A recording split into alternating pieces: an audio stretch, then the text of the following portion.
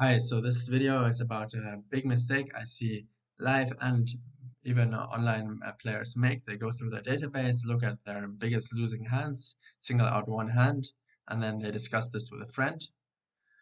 And the friend will give their unbiased opinion about that hand, but I'll show you why this will be a mistake.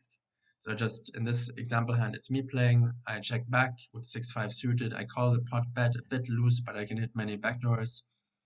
I hit a great 8, which gives me the open-ended straight draw plus the pair. So I go for the check raise, wrapping king 8, 7 8, 6 8, all in my range. And the clubs get there, which is a great bluff card for me.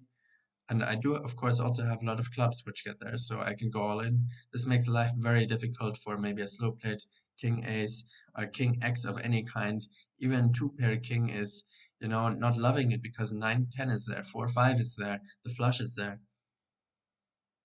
I do, however, get the call from king 8. And so now I might go through this hand with friend. The friend might focus on my poor flop call or unnecessary check raise. I could just call, or maybe I could donk overbet all in on the. But it's not about the hand. It's about something else here. It's about the fact that this opponent, and if you're playing at a full ring table, everyone now knows you're capable of big bluffs. Even big bluffs here in this case with a pair. So you're turning a pair into a bluff.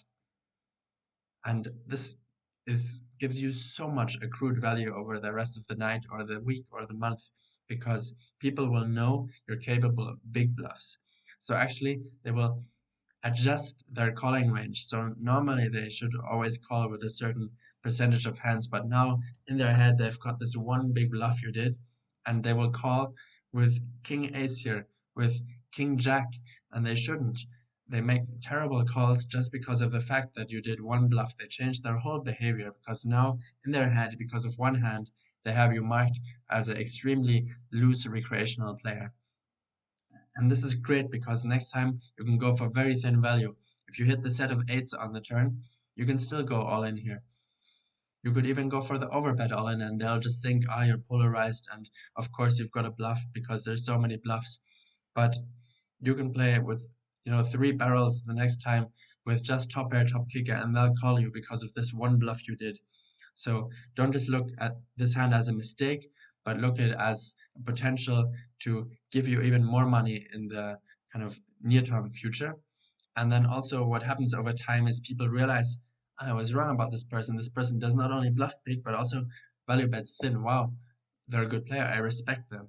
And due to this respect, they will go out of your way, which is great. You raise pre-flop, they're behind you. They will not 3-bet, they will not call, they will just fold. Or maybe they will not 3-bet ace queen and the flop comes 7, 8, 9, and you have, I don't know, jack 5, just an example. You see bet now with ace queen, they will just fold. Even with backdoors, they will fold because they don't want another 3-barrel which is really thin, or you getting there on the river because you're a tricky good player. So they kind of go out of your way and give you free non-showdown winnings, which is great because it takes part of the kind of variance out of poker because you collect all these small pots where you don't hit, but the opponent also doesn't hit because that's not gonna go away from poker. Your opponents in average will also not hit that often, maybe for a night, but after a week, usually they also miss a lot. So the more aggressive, more respected player wins. And therefore, this bluff, see it as kind of your entrance door to more thin value bets and then also more non-showdown winnings in the future. Don't see it as one mistake and one hand you should play differently every time the next time. So focus on kind of the effect of one hand on the rest of your image instead of one hand on your winnings. Okay, hope this helps and you can incorporate more bluffs into your game to become a better player.